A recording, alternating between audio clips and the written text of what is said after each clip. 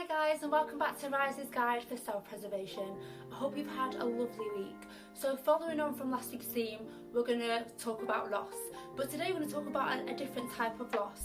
I want to talk about loss of purpose, loss of direction, which probably has been brought on by the virus. So like I said last week, it's great that now things are changing and we're allowed to go back out again, which has definitely had a different impact on my mental health.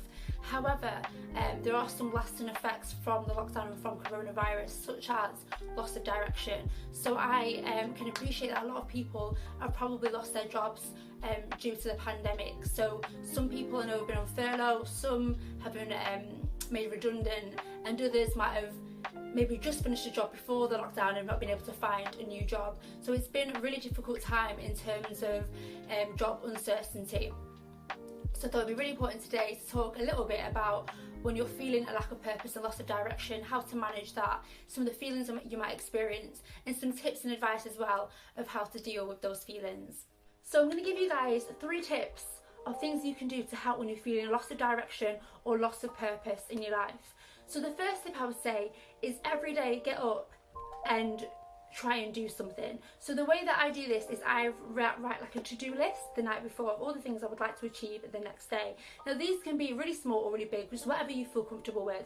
So for example, I do the washing up, do my clothes washing, cook a good meal, go for a walk and phone a friend. And they're 5 things I would try to achieve the next day. Now it's really good to just work towards something and to feel like you achieve something in the day. So that's why I feel like to-do lists are quite good, because it gives your day some sort of foundation, and it really helps if you're feeling like you've got nothing to do, you're feeling bored or you're feeling a bit helpless. It's a really great way to add a substance to your day. The second one I'd say is really important is chill out. Sometimes, I don't know about yourselves, but I feel like I need to be productive every single minute of every single day, and actually that's not true. You might have lost your job and you might feel like a direction, but you're also allowed to chill. It doesn't mean you have to be on the grind every 2 seconds.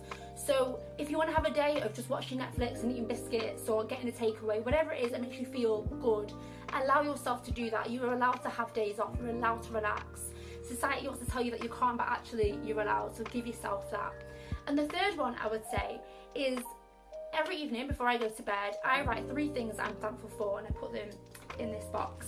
So it's not as full as it should be, sometimes I forget to do it, but it's really good because it reminds you that actually there are things that you are grateful for, there are great things in your life. And sometimes it's so difficult to see that when you're having such a difficult time or you're feeling pretty low. But this is a great way to remind yourself that actually there's 3 things that I am thankful for every single day.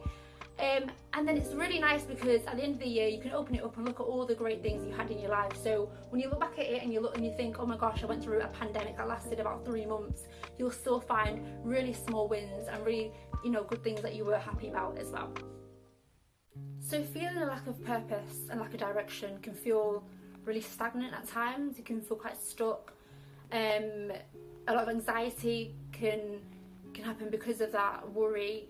And uncertainty, and we can feel out of control, especially when it comes to looking for a job, being furloughed, being made redundant, because it's kind of interrupted some of our plans. I don't know about you guys, but I'm a real planner and I have everything written down, all my goals and everything I wanted to achieve this year, and all of it's kind of come to a standstill.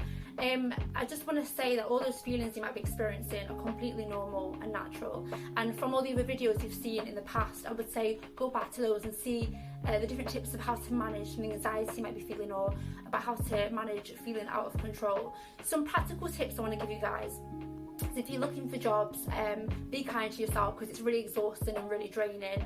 I'd say maybe, have a target of maybe 1 or 2 job applications a day, or 1 or 2 a week, whatever you can feel you can manage, but don't be hard on yourself because it's such a draining process.